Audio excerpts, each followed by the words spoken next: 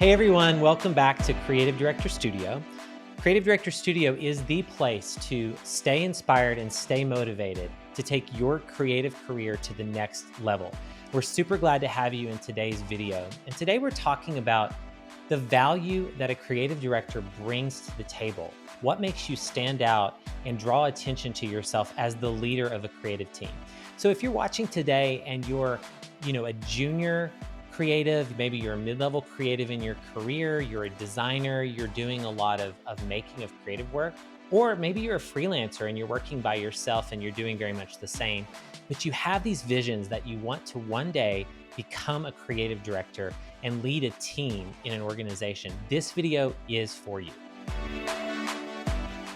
So, as a creative director, we often have this sort of fear that when we separate ourselves from actually doing the work, that we become less valuable.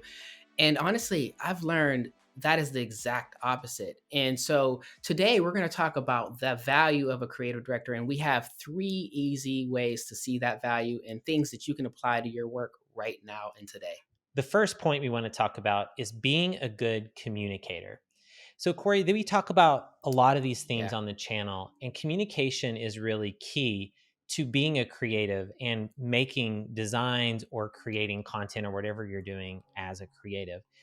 And specifically with communication, as you become more senior in your creative role, it becomes very important for all the people around you to understand the value that the creative work is bringing to the table.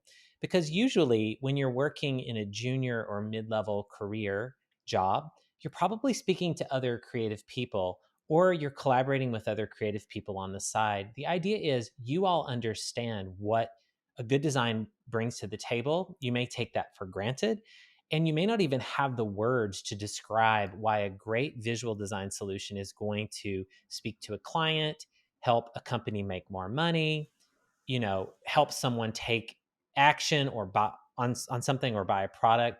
All those things are communication. So we really want to think about communication, at its core. So as a creative, you are communicating. That's what we do. You're communicating through what you're making. So start to think about how you're communicating yourself with other people around you. And so one tip, Corey, that I like to think about here is thinking about the work that you're working on right now and imagining how you might sell that to someone else. What are the words you would use to describe that to someone else, telling them why it's solving a specific problem, clearly explaining that problem, and then being able to give maybe one, two, or three points that really draw the attention to the key parts of why that's actually communicating value for the people. And the reason I bring that up, Corey, is because if you can become effective at doing that with something that you know well, you know how to create designs, you know how to create content. So if you can start there, you're familiar with how to communicate those values. That is going to get you on your way to learning how to communicate in bigger ways. When you actually do get promoted to this job, now you're able to just easily communicate the value of why something makes sense, why it should matter, and you're able to more quickly connect it to the problem.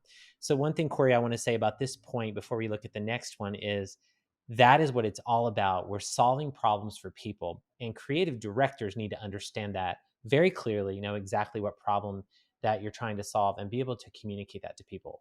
If you're able to do that, then you're going to be a great communicator in this role.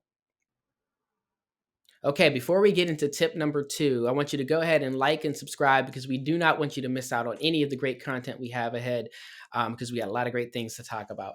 Now, tip number two. Now, this is a big one. You as a creative director, your value is in being inspiring. Being inspiring is really bringing out the best in somebody else and really leading somebody to make sure that they're really having fun and in the process learning. So it's all about being a mentor, being a great leader, but inspiration can manifest in a lot of different ways. But sometimes what I've seen is creatives tend to get in their own head and they sort of invent these blockers, these little things that get in the way from them actually really bringing out the best in their work. And so your job as a creative director is to remove as many barriers or blockers as you can so that way that person can think freely. Because remember, at the beginning of the project, you want somebody to be having fun. You want them to really be putting their all into the work. And so you as a creative director, you have the power to help them do that. And so I focus on making the project really, really fun, making sure that they're trying and exploring new things that they didn't do in the last project. So some of the power is that you as a creative director, you can almost separate yourself from the process. Think about that designer as an individual, and think about areas you think that they can improve in, and really encourage them to use this as an opportunity to really explore and have fun. So I found that really just keeping the process light and fun in the beginning, that makes you an inspiring leader. And who doesn't want that? That's a really great point, Corey, about being inspiring. And we also know that sometimes the project itself has constraints that we have to recognize, right? There's budget, there's deadlines. Sometimes these can be crazy, and we have to consider those. So I think what makes a really inspiring creative director is when you can find a way within those constraints to still let your team have fun, find those small ways for your team to stay inspired and catch a vision. I think that's a really powerful skill that you can embody as a creative director as well. And to tip number 3, be balanced. So, this may be something you weren't expecting me to say, and let me explain what we mean by balance. So, when you start off in your career, or maybe where you are now, as I mentioned earlier, you're probably doing a lot of the actual creative output. So, if you're a designer or you're creating content, you're making a lot of things all day long. And that's great because that's what we all love to do. That's how many of us started in this creative journey. Though it's important to remember that the actual making, when you get promoted or continue to advance in creative leadership, the making starts to become just one sliver of the many other values that you have to bring to the table. And this can be hard for people, Corey, to Yeah. let go of that, to realize that, oh my gosh, my value is not just in me being able to really make something amazing in Photoshop, right? Or make a great web layout or whatever it would be. Now I have to be known for other things. So if you can start to think about that now as a person that might not be in a creative director role yet, this is a great time to think about this. So Corey, we've talked about this before, but the way I like to think about it is wearing different hats. And so, when we are making something, even now, if I'm working on a project as an actual creative director, sometimes I'm tasked with making something as well. Guess what? I put the maker hat on. And all those values that I know are true of what it takes to be a really good creator, I'm living in those and I'm excited about those today. But guess what, Corey, right? When we need to go sell an idea, whether it's to a client or to internal teams or to get buy-in in the business world, that we work in, guess what? That's a different set of values. And so put this hat on. And now the things that people are looking for are not as much about intricacies of color or design aesthetics. In fact, some people may not care about what best practices are for design. They care about how it solves a problem. What is it doing to improve the bottom line? How is it going to be scalable? Will it actually motivate a client to continue to hire us for something new? These are all things that you have to equally be ready to talk about. And if you are managing people as a creative director, which some people will be, some people won't be, now you have to motivate those people. As Corey, you just mentioned, inspiring Yeah. people. Now you have to inspire those people to be able to communicate the value of the actual work itself.